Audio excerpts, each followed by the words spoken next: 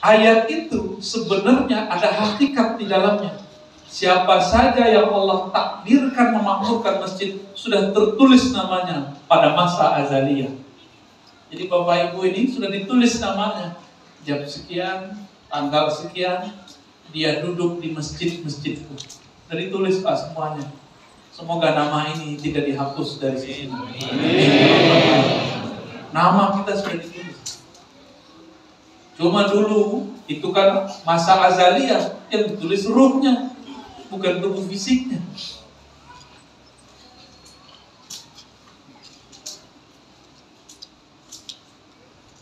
Dalam sebuah hadis Imam Tirmidzi disebutkan bahwa Nabi SAW kata Abu Sa'id bersabda, "Man ya'tada atau man yata'ahada," ada dua versi riwayat, "ilal masjid idza ra'aitum ar-rajul yata'ahad bil masjid fashhadu lahu bil iman." Jika engkau menyaksikan seseorang yata'ahad, dia terikat oleh masjid, terpikat oleh masjid. Oleh Al-Imam Al-Mubarakfuri, yata'ahad diartikan dua hal: memakmurkannya dan berkhidmah di dalamnya. Ini kalau nggak bisa khidmah besar, ada sampah, ambil, masukin. Al-Imam Al-Bukhari, Imam Salafus Saleh, pengarang Sahih Bukhari, itu imam hebat. Dia kalau jalan, tangan sama kakinya dicium sama Imam Muslim. Gimana? Tangan sama kakinya dicium sama Imam Muslim. Itu imam ahli hadis. Di Indonesia orang cuma sungkem dong sama bapak ibunya disebut syirik. Canggih orang Indonesia ya. Katanya si Ustadz ini ikut sunnah. Kita tanya sunnah siapa? Sunnah Imam Bukhari. Padahal Imam Bukhari membolehkan cium tangan dan kaki dalam tradisi orang-orang Bukhara dan Persia. Bahkan tradisi Nabi Sallallahu Alaihi Wasallam. Nabi mengatakan siapa yang khidmah ke masjid, itu maknanya fashhad lahu bil iman, saksikan bahwa dia beriman. Makna kedua, siapa yang engkau saksikan, engkau lihat bahwa dia ini terikat hatinya di masjid, fashhadu lahu bil iman, maka jadilah engkau saksi bahwa dia betul-betul percaya kepada Allah Subhanahu wa ta'ala. Betapa hebatnya umat Nabi Muhammad, tidak bertemu Nabi Muhammad tapi percaya kepada Nabi Muhammad Sallallahu Alaihi Wasallam. Betapa hebatnya umat Nabi Muhammad, percaya kepada Allah tanpa perlu mengatakan belahlah bulan, tanpa perlu mengatakan panggil tuh pohon bawa ke sini, nggak perlu. Itu cukup di zaman beliau orang-orang Badui. Ya, kita nggak perlu gitu. Kita percaya kepada Allah tanpa syarat, karena Allah sudah cukup sebagai syarat dan rukun percaya.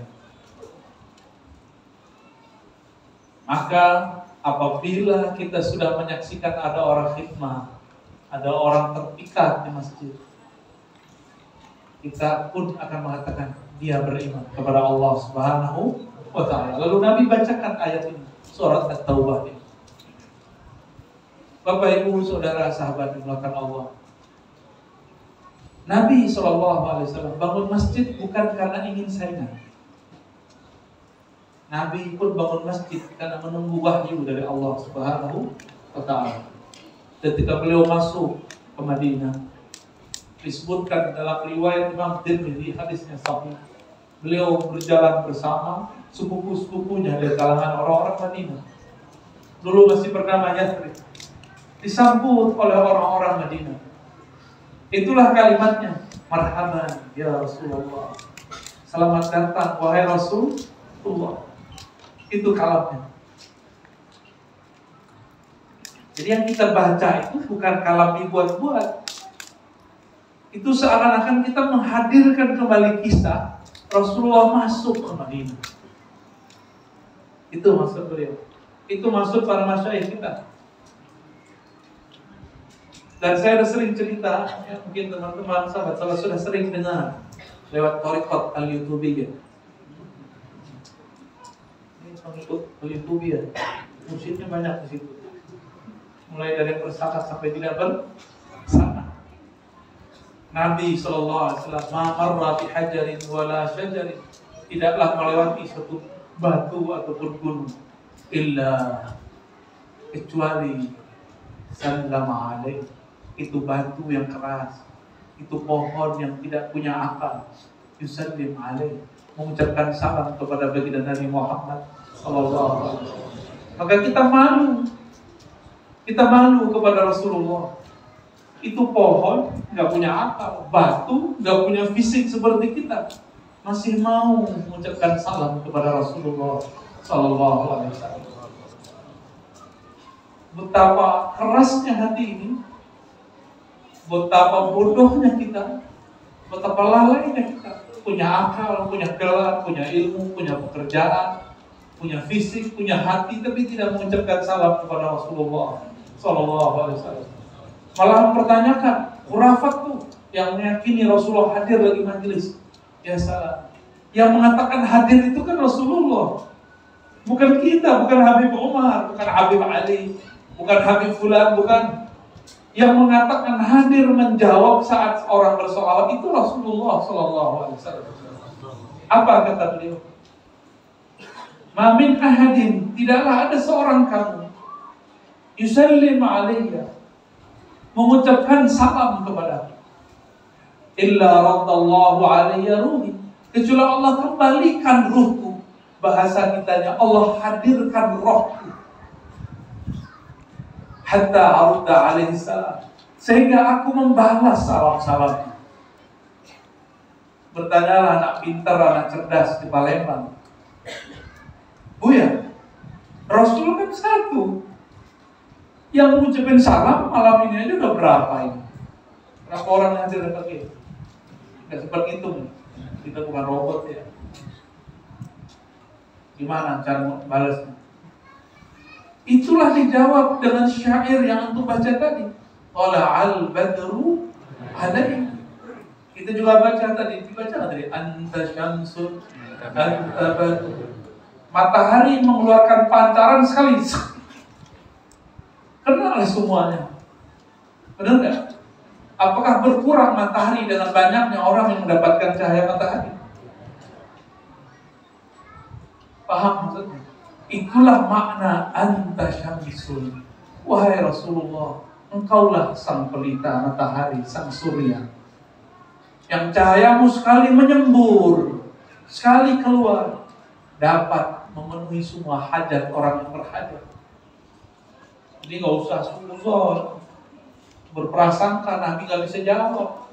Rasulullah itu pelita, syamsun. Rasulullah itu bahkan kalaupun gelap, badrun. Apa maknanya? Kalau terang, orang semuanya baik, Rasulullah pelitanya. Kalaupun gelap, masih Rasulullah juga yang memberi syafaat. Itulah makna al-badr. Al-badr itu adalah sebutan Rasulullah yang juga merupakan nama dari Al-Imam Al-Mahdi di akhir zaman. Apa arti badar? Dalam gelapnya alam semesta masih ada pantulan cahaya matahari. Jadi cahaya bulan itu cahaya matahari juga, benar kan? Ini cara memahami imam akhir zaman, Pak. Cahaya rembulan itu cahaya matahari juga. Kapan dia bercahaya? Jika alam semesta gelap. Itulah yang disebut jahiliyah. Dan jahiliyahnya akan terjadi 2 kali. Jahiliyah pra biasa sebelum Nabi diutus, dan ada jahiliyah akhir zaman.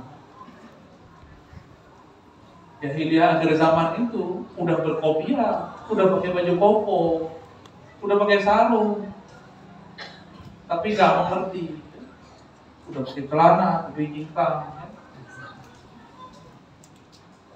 udah berjenggot, udah semua. Tapi dia nggak ngerti juga bagaimana cara berkoneksi kepada Rasulullah Sallallahu Alaihi Wasallam. Itu kalau Nabi ngomong, tidaklah kamu berucapkan salam kepadaku, melainkan Allah kembalikan, Allah hadirkan arudda al-ruhi. Raddallahu alaihi ruhi, Allah kembalikan rohku. Lalu aku membalas salamnya. Masih kurang yakin sama hadis ini. Ini hadis Imam Abu Dawud, seperguruan dengan Imam Bukhari. Menulis kitab judulnya Sunan Abi Dawud. Hadisnya sahih.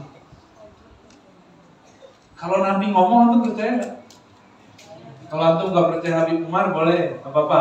Habib, manusia. Sekarang ngomong Rasul, percaya nggak? Ya. Bahwa beliau hadir kalau orang mengucapkan salah.